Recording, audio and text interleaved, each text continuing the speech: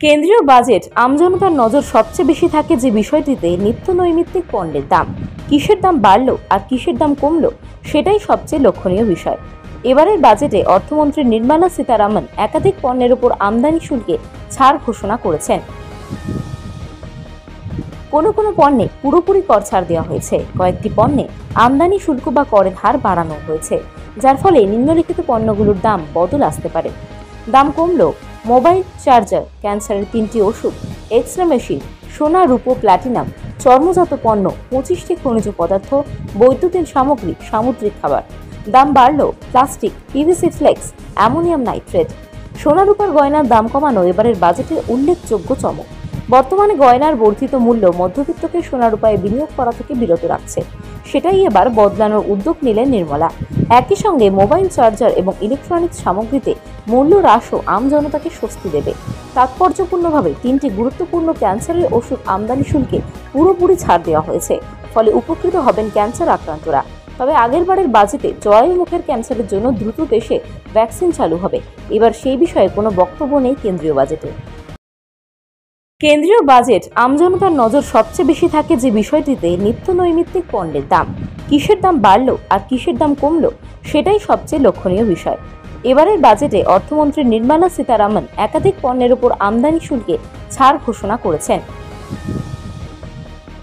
কোনো কোনো পণ্যে পুরোপুরি কর ছাড় দেওয়া হয়েছে, কয়েকটি পণ্যে আমদানি শুল্ক বা করের হার বাড়ানো হয়েছে, যার ফলে নিম্নলিখিত পণ্যগুলোর দাম বদল আসতে পারে।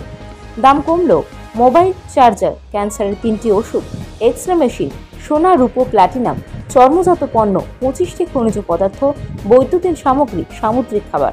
দাম বাড়লো plastic, PVC flex, ammonium nitrate. সোনা রূপার গয়নার দাম কমানো এবারের বাজেটের উল্লেখযোগ্য চমক। বর্তমানে গয়নার বর্ধিত মূল্য মধ্যবিত্তকে সোনা রূপায় বিনিয়োগ করা থেকে বিরত রাখছে, সেটাই এবার বদলানোর উদ্যোগ নিলেন নির্মলা। একই সঙ্গে মোবাইল চার্জার এবং ইলেকট্রনিক্স সামগ্রীতে মূল্য হ্রাসও আম জনতাকে স্বস্তি দেবে। তাৎপর্যপূর্ণভাবে 3টি গুরুত্বপূর্ণ ক্যান্সারের ওষুধ আমদানি শুল্কে পুরোপুরি ছাড় দেওয়া হয়েছে, ফলে উপকৃত হবেন ক্যান্সার আক্রান্তরা।